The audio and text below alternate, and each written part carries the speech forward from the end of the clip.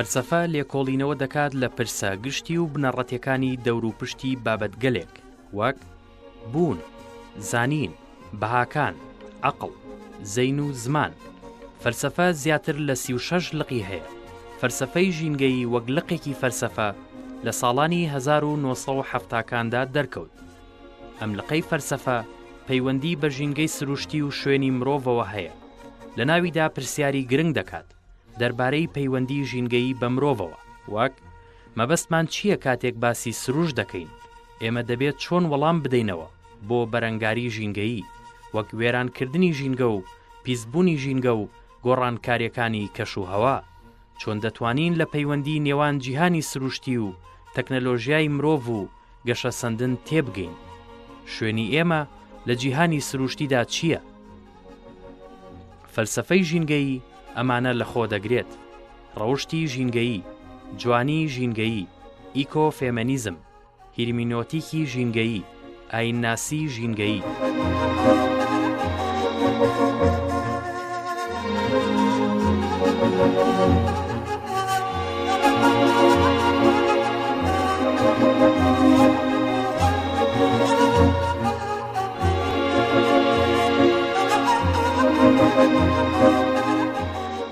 خۆی فەلسەفەی ژینگە کایەیەکی نوێی فەلسەفەیە، دوای ئەوەی کە فەلسەفە بەگشتی لە مێژووی خۆیدا کورتی هێنالەوەی کە باس ژینگە ببێتە باس و خواسی کایەیەکی فەلسەفە. لەبەرەوە دوای ئەوەی کە کێشەکانی ژینگە دەردەکەوێتە پێش و دەبێتە کێشەیەکی بنچینەی کۆمەلگای مرۆڤایەتی، لەبەرەوە پێویستی بۆەوە بوو کە فەلسەفە دەست بۆ ئەم بابەتەش ببە، چونکو بینرا کە فەلسەفە ناتوانێت بەبێ قسەکردن لەسەر ژینگە لەسەر بابەتەکانی تر قسە بکە، بە تایبەتی کاتێک کە زانست بە دوور لە بنەما ئەخلاقیەکان، بە دوور لە بەها ئەخلاقیەکان نزیک لە ینی هەڵسوکەوت و یاخود بڵێن دەستوەردانی بۆ ناو ژینگە کرد لە پێناوی قازانج، لە پێناوی ئەوەی کە باڵادەستبوونی مرۆڤ بەسەر ژینگەیە، بەسەر سروشتە، لەو چارچێوەدا کێشە و گرفتی گەورە دەرکەوت. لەبەرەوە فەلسەفەش وەکو کایەکی فکری زیندوو بەردەوام ئەو پرسیارانە تاوتوی ئەکات کە گرفتی مرۆڤایەتین کەوا بێ وەڵام ماونێتەوە. لەوە فەلسەفەی ژینگە پێشکەوت. فەلسەفەی ژینگە لەو ڕوانگەیەوە ینی سەرچاوە دەگەیان خۆ بڵێن لەسەر ئەم بنەمایە پرسیار و تەساولاتی خۆی ئەکات کە ئایا ژینگە دەکرێت کۆی یاسا و ڕێساگشتەکانی بناسین و پەیوەندی نێوان پێکهاتەکانی ژینگە، پەیوەندی نێوان ژینگە و مرۆڤ، ژینگە و کۆمەلگا لەو بابەتانە ئەکۆڵێتەوە. تەمان خاڵی هەرە بنچینەی لە فەلسەفەی ژینگە ئەوەیە کە ئیدی مرۆڤ نابێتە سەنتەر تەوەر یاخود تەوەری سەرەکی کایەکە، بەڵکو لە ڕوانگەی ژینگەوە تەمەشای مرۆڤەکە. پێشتر بە پێچەوانەوە بوو، لە ڕوانگەی مرۆڤەوە تەمەشای ژینگەیە کرد. بەڵام لەو لە فەلسەفەی ژینگەدا ژینگە دەبێتە تەوەر، ژینگە دەبێتە تەوەر لە ڕوانگەی ژینگەوە پێگە و جێگەی مرۆڤ، شوێنی مرۆڤ، هەسوکەوتی مرۆڤ هەسەنگانی بۆ دەکرد.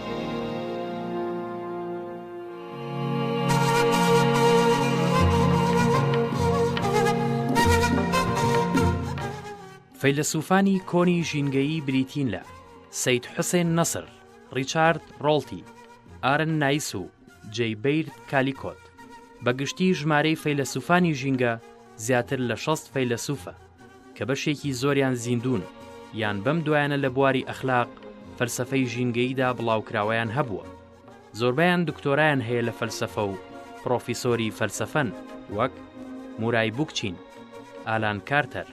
دەیڤد ئەبرام، عەبدوڵڵا ئۆجەلان، گلێن ئەلپریچت،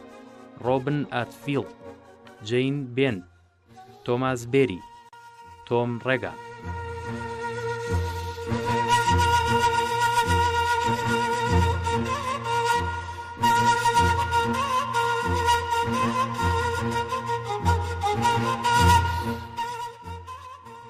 هێشتا گرفتی فەلسەفە لەوەدایە ناتوانێت دابڕاو لە بنەمای کلاسیکی فەلسەفە سەیری این بکات سەیری ژینگە بکات لەبەرەوە هێشتا گرفتی هەیە لە تێگەیشتن لە ژینگە یاخود بتوانین بڵێن فەلسەفەی ژینگە تا ئەو دەقەیە فۆرمیلی کۆتایی وەرنەگرتووە چکە هێشتا ناو گرفتی مەتۆددایە گرفتی گەورەی مەتۆدی هەیە لە فەلسەفەی ژینگەییدا بەڵام دەتوانم بڵێن بنەمایەک هەیە ینی ئەو بنەمایی کە قسەیان لەسەر کردووە گەلێک فەیلسوفی وەکو مورای بوکچین وەکو هێنریک سلۆمسکی ئەمانە هەمویان توانیویانە مەسەرەن فەلسەفەی بکە بە تایبەتی ئەو خاڵی سەرەکی کە لە فەلسەفەی ژینگە ئێستا تاوتوێەکرێ دوو بابەتە یەک ئەو پچرانەی زانست لەگەڵ ئەخلاقا کردوێتی کە ئەمە ڕاستەوخۆ ڕنگدانەوەی لەسەر ژینگە هەبێ ینی پشتانی نێوان زانست و ئەخلاق وای کردووە کە گرفتی گەورەی دەرکەوێت تاوان فەلسەفەی ژینگەیی ئەم تەوەرەش باسەکات کە پەیوەندی نێوان زانست سەرمایە دەسەڵات ینی ئەم پەیوەندەی کە یەکێتی نێوان زانست و سەرمایە و دەسەڵات چی لە بەرامبەر ژینگە کردووە تاک ینی تاک یان برێ مرۆڤ لەوە دەرەچێکە ببێت بە بڵێن ببێت بە تەوەری لێکۆڵینەوە توێژینەوەی فەلسەفی بەڵکو ژینگە خۆی دەبێتە تەوەر واتە مرۆڤ دەهێنێتەوە پێگەی خۆی ئەو پێگەی کە سەرەتا هەیبووە دەتوانم بڵێم فەلسەفەی ژینگە دەگەڕێتەوە سەر بنەما فەلسەفێت دێرینەکەی بیری مرۆڤایەتی هیزری مرۆڤایەتی کە ئانیمیزمە ئانیمیزم بەو مانایی کە زیندوێتی لە نێو ژینگەدا دەبینێ ژینگە هەموو بواری ژینگە سروشت زیندوو ئەبینێت بە گیان ئەبینێ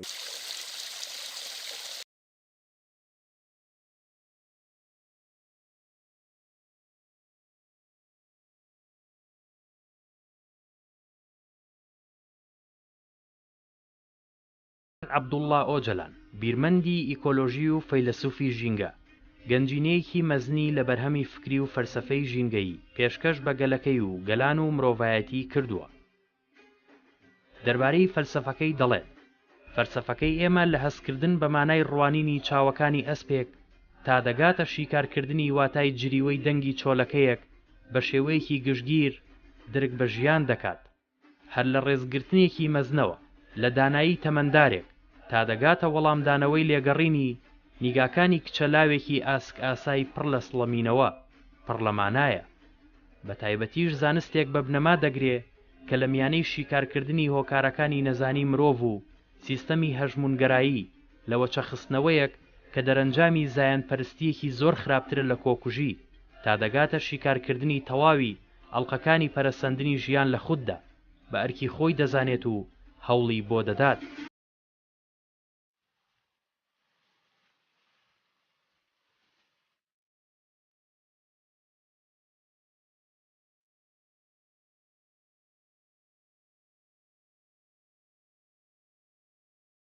دەتوانم لێرە ئەوە بڵێم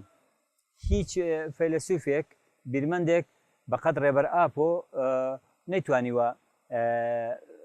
بنەماکانی فەلسەفەی ژینگەیی دابڕێژێ چونکو ئەوەی کە ڕێبەر ئاپۆ لە بیرمەندانی تر لە فەیلسوفانی تر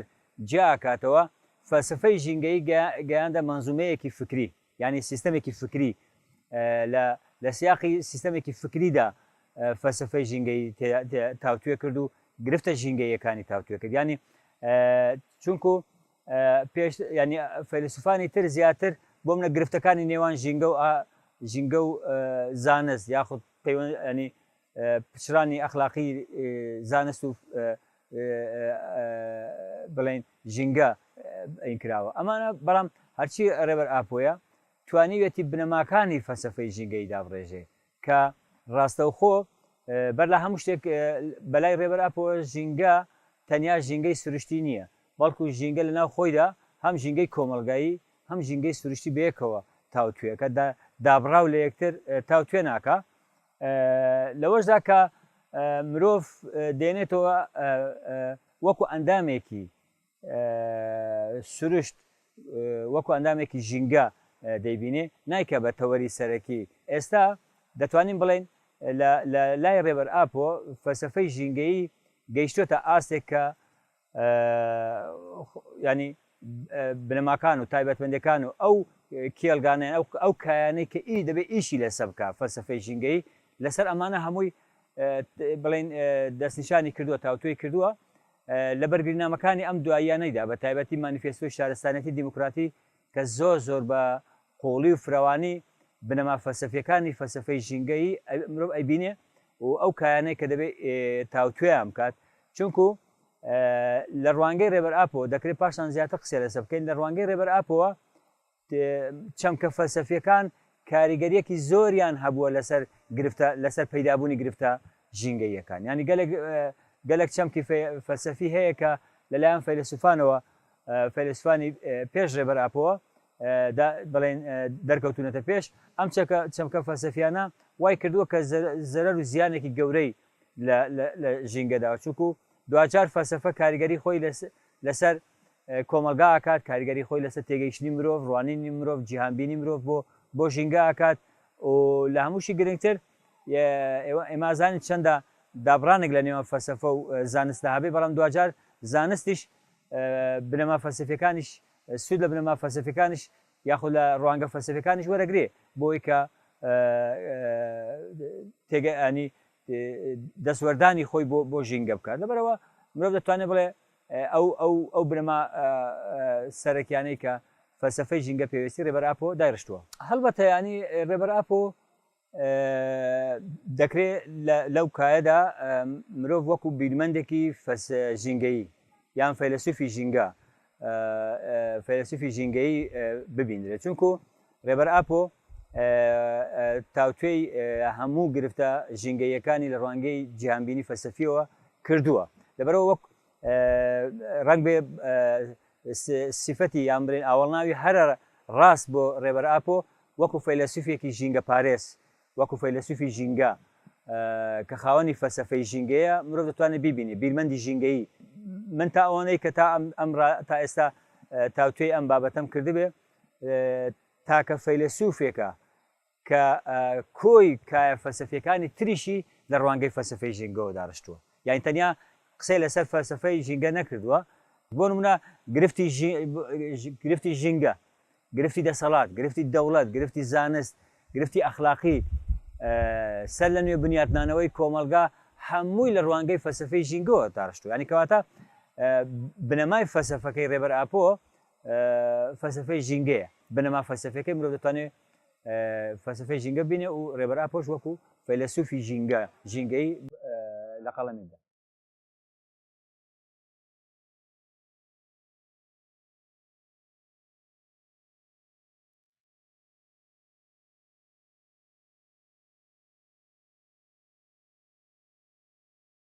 ڕێبەر ئاپۆ خاوەنی چەندین تێزی ژینگەییە ئیکۆلۆژی یەکێکە لە بنەما سەرەکیەکانی فەلسەفەکەی گرنگیەکی زۆری پێداوە و لە پارێزنامەکانیشیدا ڕخنەی ئاراستەی ژمارەیەک لەو فەیلسوفانە کردووە کە هاوسەنگی و پاراستنی ژینگە دەخەنە مەترسیەوە یەکێک لەو فەیلسوفانەش نووسەر و فیزیک و بیرکاریزانی فەڕەنسی ڕێنێ دێکارتە کە ناسناوی باوکی فەلسەفەی نوێی پێدراوە تاکە شتێک کە دڵنیا بووە لە بوونی هزر بووە گردوونی بەپێی بیر دەکەمەوە کەواتە من هەم لێک داوەتەوە ڕێبەر ئاپۆ لە دوو خاڵە ڕخنەی فراوان لە دیکارت ئەگرێ خاڵ یەکەمی ئەوەیە کە دیکارت دێت جۆرێک لە دوالیزم لە فەلسەفەکەیە دەرەبڕێ پێی وایە کە ئەم دوالیزمە ئەم جۆرە دوانەیە دوالیزمە لەگەڵ ڕاستینەی ژینگەییدا ناکونچێت چونکو ژینگە چەندە لایانی دوالیتەی هەبێ یان دوالیزمی هەبێ بەڵام دوجار ناتوانێت لێکدا ببڕێ بۆ نمونە جەستە و ڕۆح یان بڵێن فکر و مادە لە لای دیکارت ئەمانە بە شێوەیەکی قەتعی لێکدا دەبڕندرێت ینی ئەم دابڕاندنە وا دەکات کە ینی بەواتەیەک لە واتەکان لە فەلسەفەی دیکارتدا حەقیقەت پارچە ئەکرێ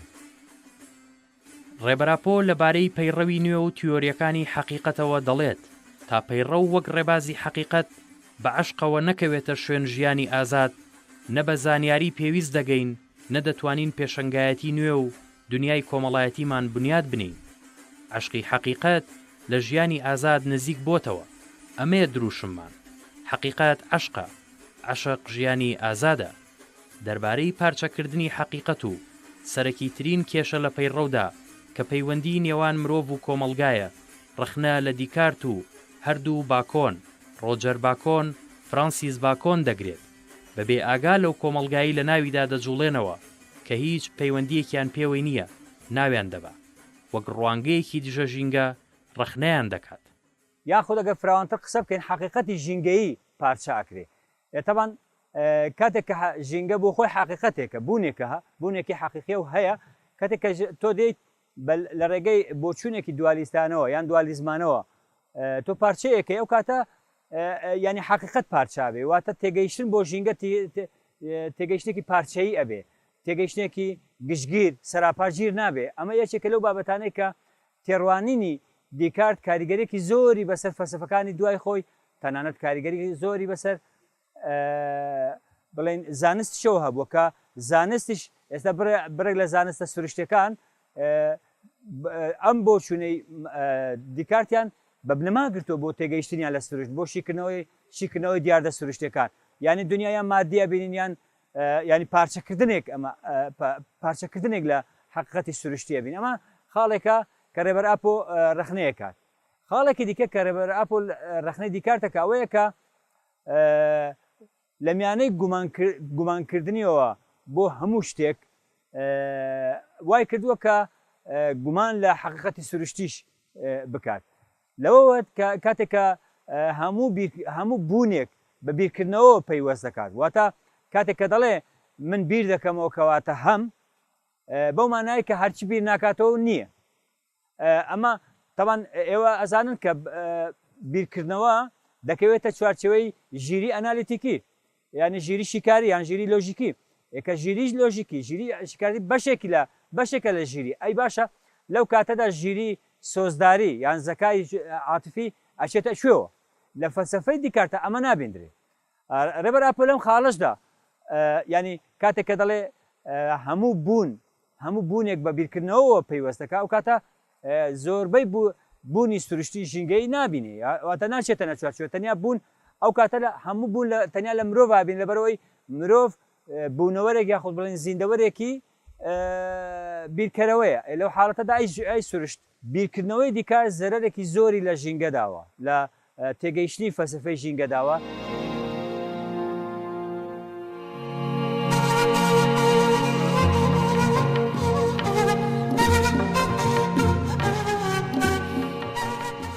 لە بەشێکی تری تێزەکانیدا ڕخنەی فەیلسوفی بەریتانی تۆماس هۆبز دەکات کە بەکارەکانی لەبارەی فەلسفەی سیاسیەوە ناسراوە. هۆبز دەڵێت مرۆڤ گورگی مرۆڤە، خەڵک لە سروشتیاندا دڕندەن و نابێت لە بەڕێوەبردندا متمانەیان پێ بکرێت. لەبەر ئەوە هۆبز باوەڕی بەدەسەڵاتی ڕەها هەبوو کە حکومەتێک هەموو دەسەڵاتەکەی لە سەرۆک یان پاشاکەیدا کۆ بکاتەوە. باشترین جۆری حکومڕانیە.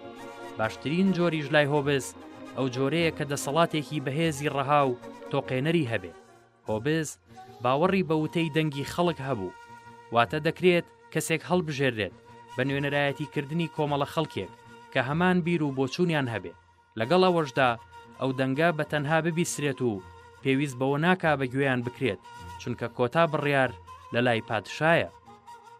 فەلسفەی ناچاری لە فەلسفەی هۆبزدا باڵادەستە. بۆچی مرۆڤ بۆتە گورگی مرۆڤ؟ ئەمە هۆبز ناچێتە بنەوانی ئەم بابەتەوە. لێرەدا ڕێبەراپۆ ڕخنەی هۆبز دەکات کە ئەوەی کە مرۆڤی کردوتە گورگی مرۆڤ خودی دەسەڵاتە، خودی دەوڵەتەکە وا کات مرۆڤ ببێتە گورگی مرۆڤ و مرۆڤەکان مرۆڤی تر بچەوسێنیان چینێک کۆی کۆمەلگا بچەوسێنێتەوە. لەمەدا خاڵێکی کە جێ ڕخنەیە لە هۆبز ئەم بابەتە گرنگەیە کە مرۆڤ بە ناچاری دەکات بە گورگ، ینی وەکو گورگێک دەبینێت بۆ مانای ینی گورگ بە گورگ بوون واتە دڕندە بوون، هۆڤ بوون و وەحشێت بوون. ینی وەکوەوەی کە مرۆڤ هەلە کە لەدایکە بێ بوونەوەرێکی دڕندەیە، بوونەوەرێکی لەسەر بنەمای پاوانخوازی و دەسەڵات و خۆڕەکاری لەدایکە بێ. ئەمە تەبان لایەنێکی تێگەیشتێکی نێگەتیفانەی مرۆڤە، دیتنی لایەکی مرۆڤە، نەدیتنی لایەکی دیکەی مرۆڤە. ئەمە خاڵێکی دیکەوەیە کە جێی رەخنەیە ئەوەیە کە هۆبست هەبوونی دەوڵەتێک، هەبوونی دەسەڵاتێک ناچاریە بینی. یعنی دەڵێ بۆی کە مرۆڤ لەبەرەوەی فەرزیاتە ئەو فەرزیاتە ئەو گریمانەیە کە لەبەرەوەی مرۆڤ بە گورگی مرۆڤە پێویستە دەوڵەتێکە بێ بۆی کە ئەو گورگانەیە شەڕ یەکتر نەکرد یەکترنە. یعنی لەبەرەوەی گریمانەیەکی ناسروشتی، گریمانەیەکی ناژینگەی بۆ مرۆڤەیە، لەبەرەوە پێداویستی هەبوونی دەوڵەت بۆ ئەوەی کە ئەمە لە کاتێکدا ئەگەر مرۆڤ لێکدانەوەی بۆ خودی دەوڵەت بە پێچەوانەوە ئەوە دەوڵەتە ژینگە تێکەدا، ئەوە دەوڵەتە تەواوی ژینگە وێرانەکات، ئەوە دەوڵەتیشە مرۆڤەکان دەکات بە گورگی یەکتر. لەو خاڵەدا مرۆڤ دەتوانێت بڵێ فەلسەفەی هۆبست فەلسەفەیەکی دژە ژینگەییە، بێ ئاگا لەوەی کە دەوڵەت چەندە خراپەکاری وێرانکاری بۆ ژینگە کە چەندە ژینگە تێکەدات. ئەوە بەتایبەتی لەو لە زەمەنی مۆدرنیتەی کاپیتالیزمدا لەم 200 ساڵی ڕابردوودا دەوڵەت وێرانکاریەکی گەورەی کردووە بۆ سەر ژینگە و سروشتی گردون. یعنی بەڕادەیەک ئەو 200 ساڵی کە ئەو وێرانکاری لەم 200 ساڵەدا ڕوویداوە بەقەت هەموو مێژوی مرۆڤایەتی وێرانکاری کردووە. هۆبست ئەم ڕاستیە نابینێ، تەنیا لەسەر گریمانەیەکی کە بنەمایەکی ژینگەیی نییە، چکە ئەم حقەتە لەبەرا ئەم حقەتە باسەکات کە هەر تێگەیشتێکی فەلسەفی، هەر جیهانبینێکی فەلسەفی ئەگە بنەمایەکی ژینگەیی نەبێ، بنەمایەکی ئیکۆلۆژی نەبێ، ناتوانێت لەگەڵ نزیک بێتەوە لە حقەت، ناتوانێت گزارش لە حقەت بکات.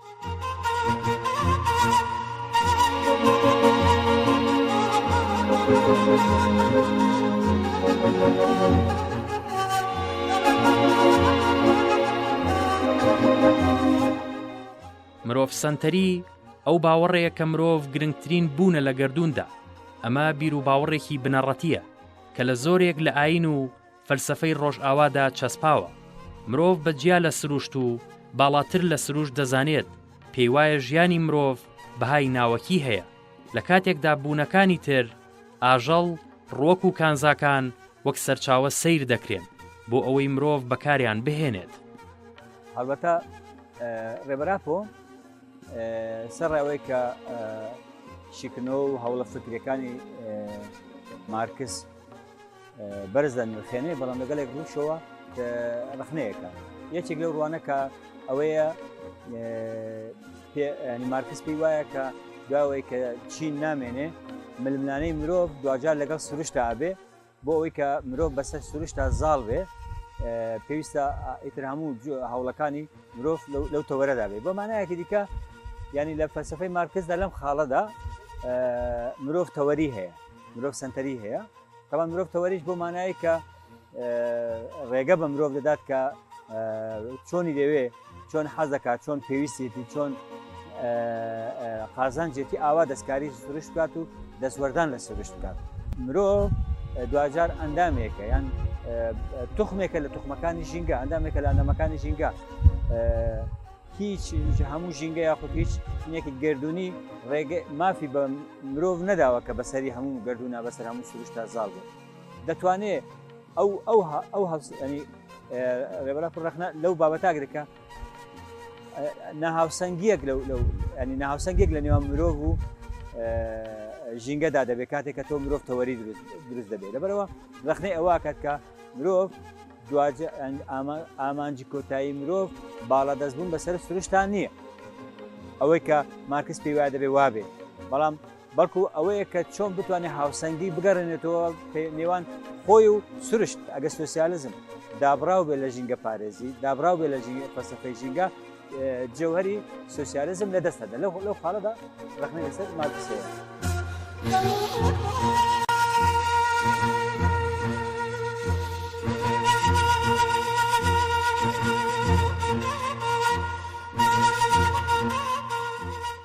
لە دیوێکی دیکەدا ڕێبەراپ ئەو دیدەش ڕخنە ئاکات کە پێی وایە ئەن دیدێکی یاخود بڵێن دیدێکی دینی هەیە بەگشتی کە پێی وایە ئەم گردونە بۆ خاتری مرۆڤ دروست بووە ینی هەم مرۆڤ بۆیە مرۆڤ چۆنی دەوێت ئاوا دەتوانێت تەسەڕفی پێ بکە هەموو گردون بە تایبەتی گۆی زەوی لە خزمەتی مرۆڤدایە تەمان ئەمە بە جۆرێک لە جۆرەکان ڕەوایەتی بە مرۆڤ داوە کە چۆنی دەوێت ئاوا هەسکەوت لەگەڵ سروشتا بکە چۆنی دەوێت ئاوا سروشتێنێ تێک بدات مرۆڤ سنتەری ژینگە وێران دەکات مرۆڤ سنتەری تێگەیشتێکی دژە ژینگەیە ئانتی ژینگەیە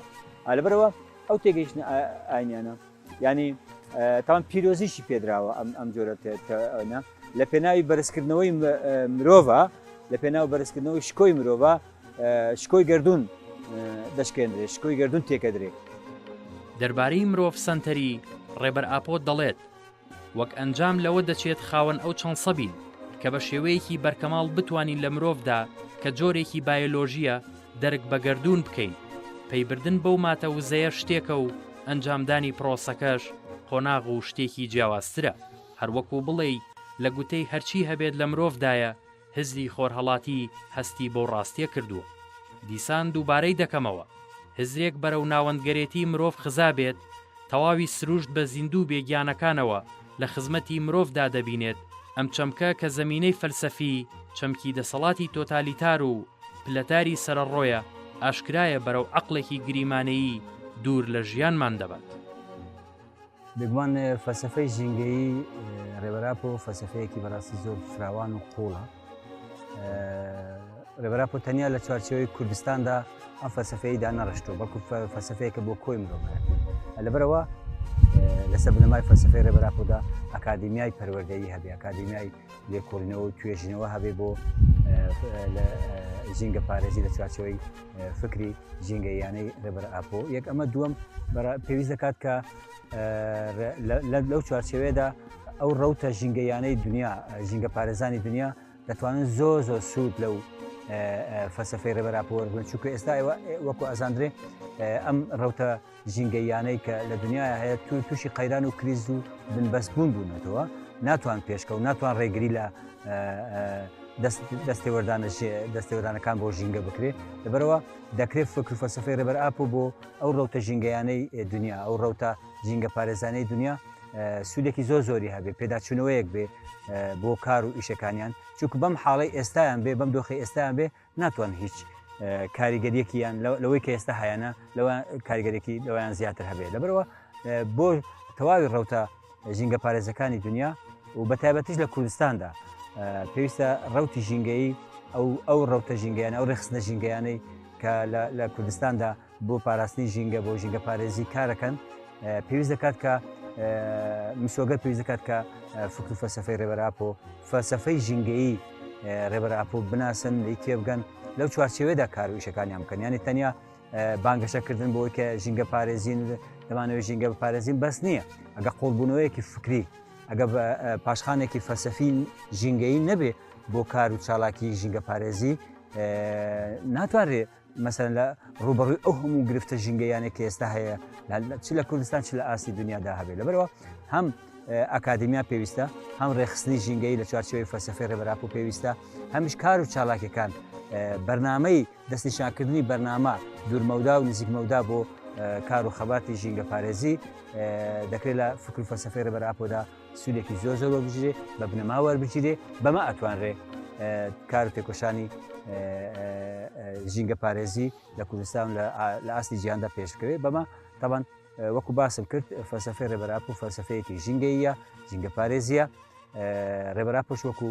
بیرمەند و فەیلسوفێکی ژینگە پارێز تەواوی تێزە فکرەکانی خۆی لەو چوارچێوەیەدا داڕشتووە بەمەش دەکرێت ژینگە پارێزی قۆناغێکی دیکە بەڕێ لەوەی کە ئێستا هەیە.